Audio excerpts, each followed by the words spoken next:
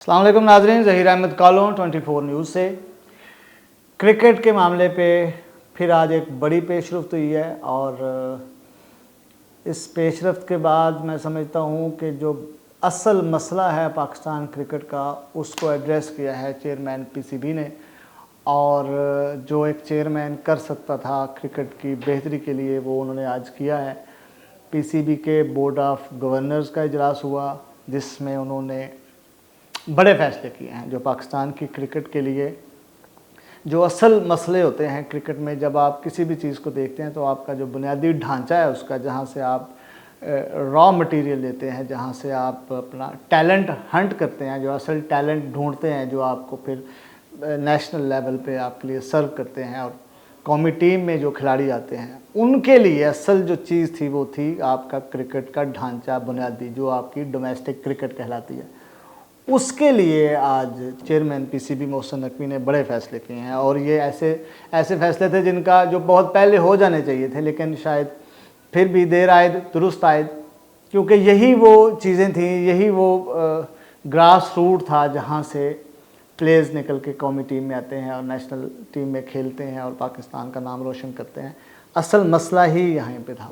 हमारे जो एक दफ़ा टीम में खिलाड़ी चले जाते हैं वो डोमेस्टिक क्रिकेट खेलना अपनी शान के ख़िलाफ़ समझते हैं और फिर जो डोमेस्टिक में परफॉर्म करते हैं, खेलते हैं, उनको वो इंसेंटिव ही नहीं मिलते कि वो उसको टाइम दे सकें, अपना घर भी चला सकें और अपना जो टैलेंट है वो उसका इज़हार भी प्रॉपर तरीके से कर सकें। लोग खिलाड़ी यही समझते थे कि आप कैसे टीम में जाएंगे, आप में वो चीज़ ही नहीं है, आप वो परफॉर्मेंस ही नहीं दिखा पा रहे, या परफॉर्मेंस दिखाने के लिए प्लेटफॉर्म ही नहीं है जहाँ से आप टीम में जाएंगे, तो आप वक्त ज़ाया कर रहे हैं, आप उसमें कोई अर्न नहीं कर रहे, सिर्फ टाइम ज़ाया कर रहे हैं। जब आप ये सोच होगी खिलाड़ियों में, नए खिलाड़ियों में, तो फिर आगे कैसे वो जो टैलेंट है वो आगे पहुँचेगा कैसे? वो अपने मुआशी मसाइल में गुम हो जाएगा और कहीं खप जाएगा। तो आज जो बड़े फैसले उनमें उन्होंने एक तो इसका बजट ही बढ़ा दिया है। जो डोमेस्टिक पाकिस्तान का स्ट्रक्चर है उसका बजट जो है वो यकमुश्त 3 अरब से बढ़ाकर 4 अरब कर दिया गया है। मतलब 1 अरब का इजाफा कर दिया है। डोमेस्टिक जो बजट है, डोमेस्टिक के लिए जो इन्वेस्टमेंट है, जो अखराजात हैं, उनको 1 अरब बढ़ा दिया गया है। बहुत बड़ा फ़ैसला है। दूसरा जो बड़ा फ़ैसला किया है कि जो डोमेस्टिक खेलते हैं खिलाड़ी, कायद-ए-आज़म ट्रॉफ़ी खेलते हैं, उनके लिए मैच फ़ीस पहले थी सिर्फ 30,000 रुपया, उसको बढ़ा के 1 लाख रुपया मैच फ़ीस कर दिया गया है। मतलब अब खिलाड़ियों का ये फ्यूचर या उनकी जो अर्निंग है उसको सेव कर दिया गया, उनके माशी मसले का हल कर दिया गया कि आप क्रिकेट खेलें, आपके माशी मसाइल हमारे मसाइल हैं। अगर आप में टैलेंट है, आप उस लेवल तक सिलेक्ट होते हैं, कायद-ए-आज़म ट्रॉफ़ी खेलते हैं, तो आपको मैच फ़ीस 30,000 नहीं 1 लाख दी जाएगी। और जो रिज़र्व खिलाड़ी हैं उनको पहले मिलता था 15,000, उसको बढ़ाकर 15,000 से यकमुश्त 50,000 कर दिया गया है।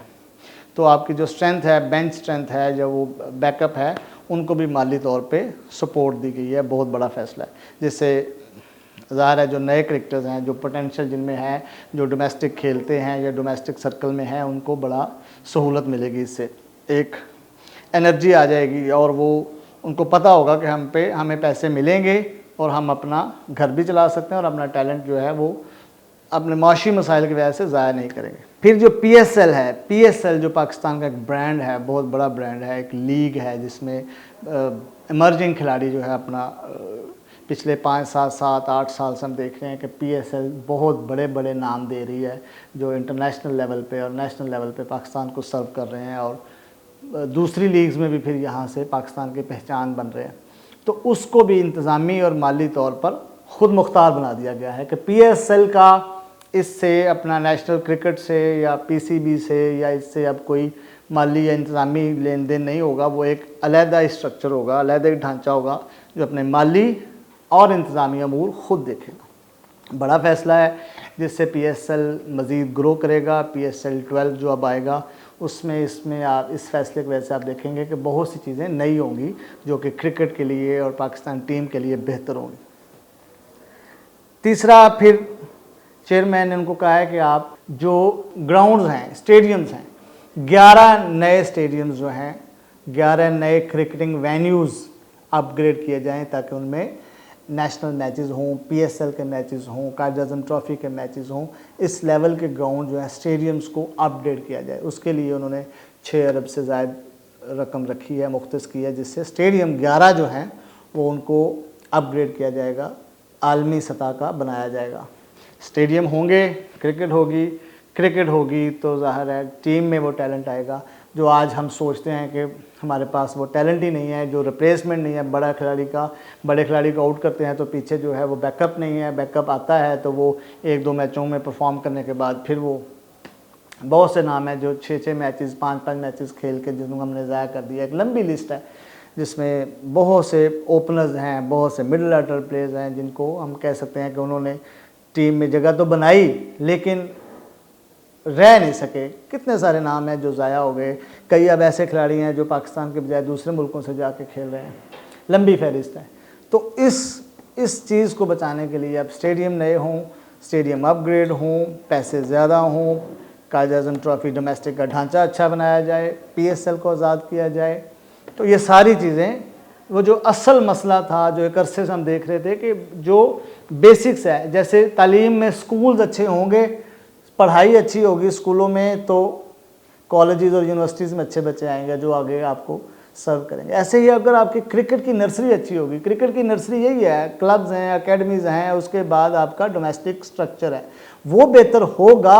जैसे कि बड़ी टीमें इंग्लैंड है, ऑस्ट्रेलिया है, इंडिया है, जिनमें उनका डोमेस्टिक स्ट्रक्चर बड़ा स्ट्रॉन्ग है, जहाँ से कॉम्पिटिशन्स होते हैं, एक एक पोजीशन के लिए 8-8 10-10 प्लेयर्स में मुकाबला होता है, बड़ा ही मार्जिनल होता है, 0.001% को बेहतर होता है प्लेयर, अच्छा ओपनर होता है, अच्छा ऑलराउंडर होता है, अच्छा स्पिनर होता है, अच्छा फास्ट बॉलर होता है, उसको उठा के लेके आते हैं। तो हमारे पास वही नहीं था, हमारे पास डोमेस्टिक ही नहीं थी, हमारे पास डोमेस्टिक का वो स्ट्रक्चर ही नहीं था जहाँ से हमने रॉ मटेरियल, जो हमने कंपटीशन एक होता है लड़कों में, वो ही नहीं था। हमें पता था कि ये 3 बच्चे जो हैं वो हमने ले लेना है, इधर से ले लेना है, 4 जो हैं पहले टीम में खेल रहे हैं, वो पता ही नहीं था कि टैलेंट लेना कैसे है, टैलेंट हंट कैसे करना है। चीज़ें कहीं वो कोई कैंप लगा दिया, कहीं 2 बच्चे अच्छे निकले, वो एकदम आगे टीम में खेल गए तो वो क्लिक कर गए तो वो स्टार बन गए। जो बेसिक ढांचा था, जैसे माजी में वसीम अकरम ने 2 मैच खेल दिए, पकड़ लिया, वो टीम में आ गया, वो चल गया और फिर वो सारी उम्र के लिए स्टार बन गया। ऐसे ही बहुत से स्टार हैं जिनको मौके नहीं मिल रहे, जिनको हम डोमेस्टिक में वो जगह नहीं दे पा रहे। कुछ माशी मसाइल हैं, कुछ हमारा इंतज़ामी हालात ही ऐसे हैं कि वहाँ तक खिलाड़ी पहुँच नहीं पाता। तो अब इससे उम्मीद हुई है, जो आज के फैसले हुए हैं बोर्ड ऑफ गवर्नर्स में, चेयरमैन पीसीबी ने जो किए हैं, उससे ये चीज़ें बेहतर होंगी। तीसरा जो उन्होंने इससे आगे जो एक चीज़ उन्होंने की कि उन्होंने कहा है कि ये जो नेशनल स्टेडियम है कराची का, हमारा सबसे बड़ा शहर है कराची, उसके स्टेडियम को अपग्रेड किया जाए। कज़ाफ़ी स्टेडियम को तो कर दिया, नेशनल स्टेडियम अभी कुछ काम बाकी था, उसका बजट भी अप्रूव हो गया।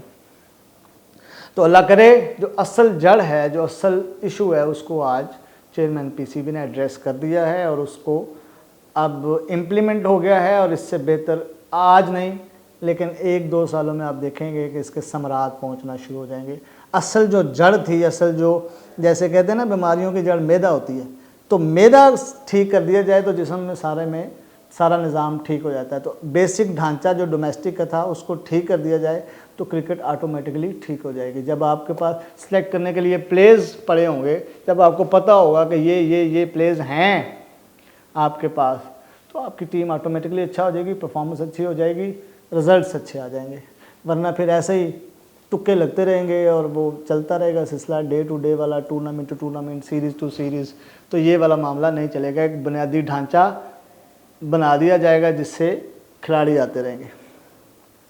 क्रिकेट से ही 2-3 अच्छी खबरें थी, अच्छी क्या बड़ी खबरें थी। बेन स्टोक्स रिटायर हो गए हैं जी, एक बड़ा नाम, इंग्लैंड का कप्तान, उसने सर्व किया, उसने टेस्ट क्रिकेट को एक नई जहद दे दी, एक नए तरीके से उसने कप्तानी की, उसने एग्रेसिवनेस दिखाई, उसने टेस्ट क्रिकेट में भी 6 से ऊपर एवरेज जो है वो रन रेट है, उसने एक नया ट्रेंड सेट किया। गो कि वो अपनी आखिरी सीरीज़ न्यूजीलैंड से हार गए हैं 2-1 से, आखिरी मैच में भी उसने ओपन की, बोल्ड स्टेप लिया, ऊपर आया, जारहाना बैटिंग की, 373 का टारगेट था, लेकिन उसने 30 रन भी, 2 चौके 2 छक्के लगाए, वो डरा नहीं। और उसने ये बता दिया है कि डरना नहीं है, टेस्ट क्रिकेट है, 400 का टारगेट है, 500 का टारगेट है, तो आपने स्लो डाउन नहीं होना। ड्रा वाली सिचुएशन, उसने ड्रा का कॉन्सेप्ट ही निकाल दिया बेन स्टोक्स ने। आज वो रिटायर हो गए हैं, उसे हम सलूट पेश करते हैं। दूसरा वर्ल्ड चैम्पियन इंडिया आयरलैंड जो किसी लिस्ट में नहीं थी उससे वाइट वॉश हो गई है। 2-0 से आयरलैंड ने इंडिया का वो जो गुरूर और वो जो एक पहाड़ था, हवा था, वो सारा पाश पाश कर दिया आयरलैंड ने। T20 में उनको वाइट वॉश कर दिया। पहली दफ़ा हुआ है कि इंडियन के दोनों ओपनर्स डक पे आउट हुए और पहली दफ़ा हुआ है कि आयरलैंड ने इंडिया को T20 में वाइट वॉश कर दिया। जो उन्होंने वर्ल्ड चैम्पियन थे और उसके बाद अपने कप्तान को बदल दिया, नया कप्तान लेके आए, लेकिन आयरलैंड के हाथों इबरतनाक शिकस्त हुई। अब तक के लिए इतना ही, इंशाल्लाह फिर हाज़िर होंगे। अल्लाह हाफ़िज़।